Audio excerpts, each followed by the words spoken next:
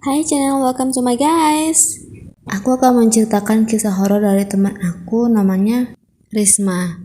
Jadi Risma ini mempunyai teman atau dibilang sahabat lah namanya Rani.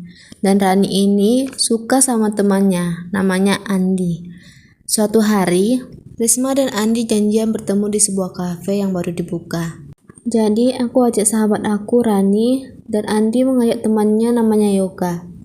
Saat kami tengah berbincang-bincang, Andi tiba-tiba bilang dia suka sama cewek yang duduk bersebelahan sama kita berempat. Maksudnya di samping sebelah meja mereka ya guys. Andi bilang cewek itu cantik banget dan dia mau kenalan sama cewek itu. Tapi dia malu ngajak kenalan. Dan Yoga juga ikut menyuruhku untuk meminta nomor HP itu cewek. Ya udahlah, aku menyetujuinya.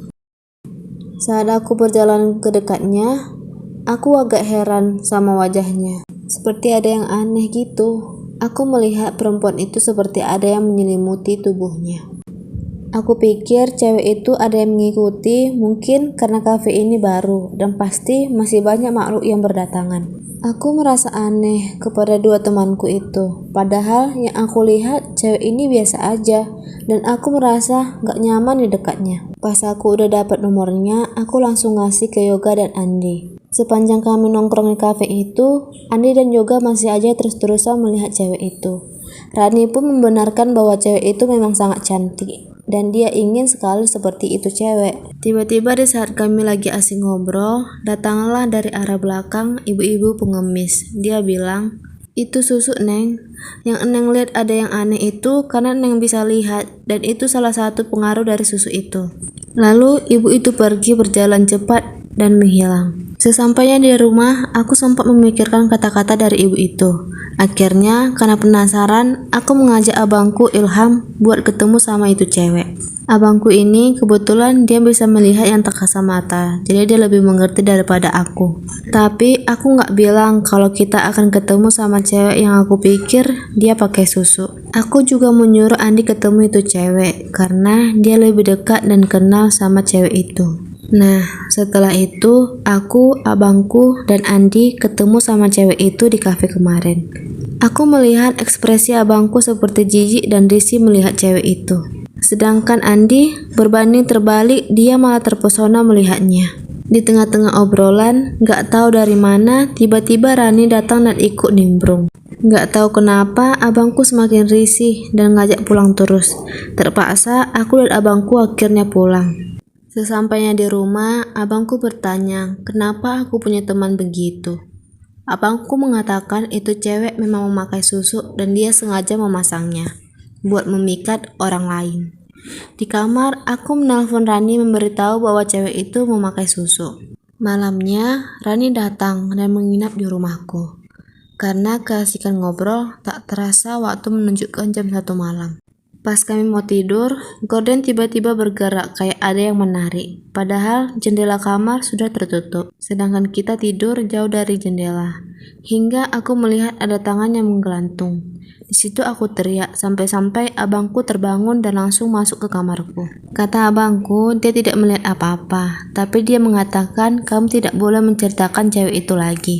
Karena bisa saja makhluk itu terasa dipanggil. Setelah itu, abangku kembali lagi ke kamarnya. Di pagi harinya, Rani pulang diantar abangku. Siangnya, jam 1, aku tertidur. Aku bermimpi ada cewek cantik banget yang menawarkan benda dengan berbagai macam bentuk. Yang paling aku ingat, bentuknya bulat kecil sebesar batu pasir dan ada yang panjang sekitar 1 cm, yang mungkin terbuat dari kuningan atau logam. Aku kaget dan melempar benda-benda itu ke lantai. Di situ, saya melihat dengan jelas kalau benda-benda itu mengeluarkan asap hitam terus menghilang. Aku cepat-cepat lari ke arah abangku yang sedang menonton TV di ruang tamu. Aku menceritakan apa yang terjadi.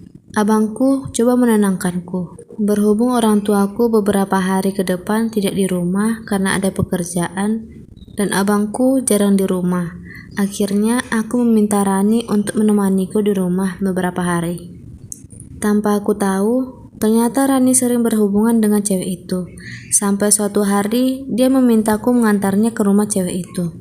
Pas sampai di depan rumahnya, aku gak mau masuk karena aku merasa di rumah itu banyak banget penghuninya. Aku di luar aja, aku udah ada yang ngeliatin dari salah satu jendela. Sosok cewek mukanya busuk dan hancur pakai baju merah darah. Kayaknya sosok di rumah itu nggak segan-segan menunjukin dirinya. Nggak lama, Rani keluar dari rumah itu dan di tangannya ada kertas yang berisi alamat. Dia menyuruhku mengantarkannya ke rumah itu. Ya udahlah, kami pun berangkat. Awalnya aku tidak berpikir aneh-aneh tentang alamat yang dikasihkan oleh cewek itu. Sampailah kami di rumah tua yang masih berdindingkan kayu di atas bukit. Keluarlah seorang kakek tua berjanggut putih dan memakai baju serba hitam, dan di tangannya banyak cincin batu aki yang besar-besar. Dia menyuruh kami masuk. Saat sudah di dalam rumah, aku melihat banyak sekali patung dan gambar-gambar yang bentuknya aneh-aneh dan seram-seram. Aku mencium bunga melati yang menyengat banget di hidungku. Tanpa basa-basi, Rani meminta kakek itu untuk memasangkan susuk yang sama dipakai cewek itu. Saat mendengar itu, saya kaget kenapa Rani mau memakai susuk itu. Aku menarik Rani keluar. Aku nggak menyangka Rani mau berbuat seperti itu. Padahal Rani yang ku kenal baik dan dia rajin beribadah. Kata Rani, dia bermimpi setiap malam ada cewek yang menawarkan benda-benda aneh itu. Dan gak tahu kenapa dia sirik banget sama cewek itu. Kenapa dia bisa memikat Andi dengan cepat. Dia ingin sekali disukai banyak orang dan jadi pusat perhatian. Aku coba menghalangi Rani karena itu adalah musyrik. Rani masih tetap berkekeh ingin memasang susuk itu. Sedangkan aku memutuskan untuk pulang. Pas sudah malam, Rani pulang ke rumahku. Malam itu aku melihat Rani cantik banget.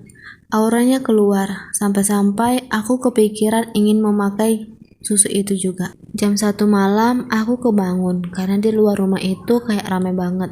Tapi pas aku lihat gak ada siapa-siapa. Paginya Rani mengajak aku berolahraga di alun-alun. Di situ aku gak menyangka banget. Banyak sekali laki-laki yang memperhatikan Rani. Sampai-sampai mereka ingin berkenalan sama dia. Gak tahu kenapa semakin lama aku melihat Rani, wajahnya semakin pucat putih dan mukanya semakin keriput. Siang harinya kami pulang membawa makanan. Kebetulan abangku ada di rumah dan kami bertiga makan bersama. Abangku heran melihat Rani. Kenapa wajahnya semakin jelek banget? Bisiknya kepadaku. Seharian itu Rani mengajak aku keluar. Katanya untuk ngetes susuknya berfungsi atau enggak. Dan seperti tadi pagi, setiap Rani melangkah, pasti ada aja yang menggoda.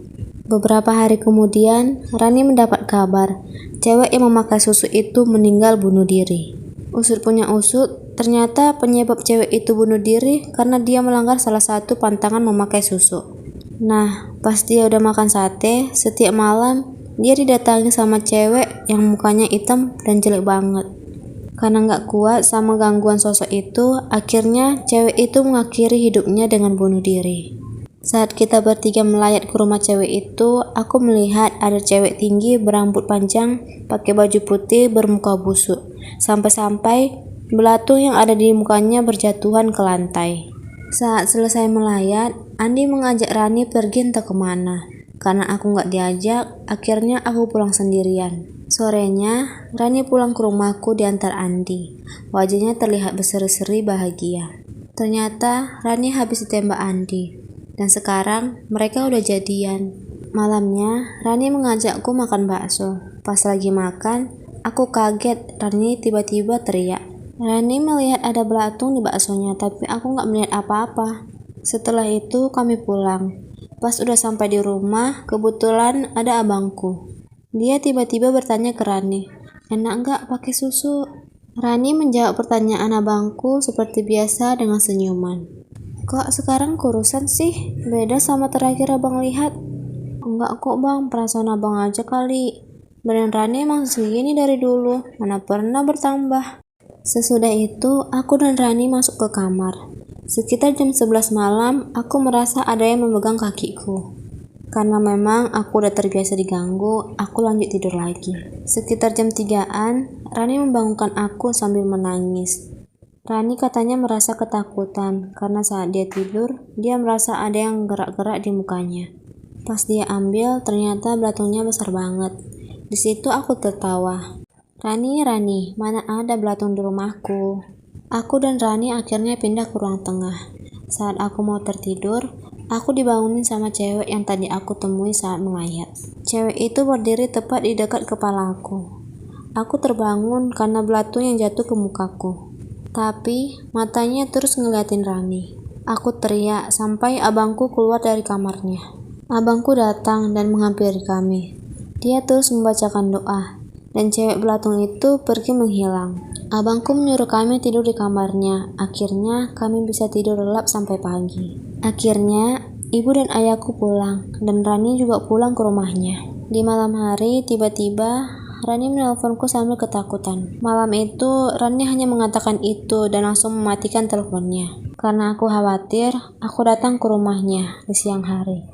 Saat itu aku melihat Rani duduk di pojokan sambil menangis. Di situ aku berusaha menenangkan Rani dan bertanya apa yang terjadi. Tapi Rani gak menjawab aku.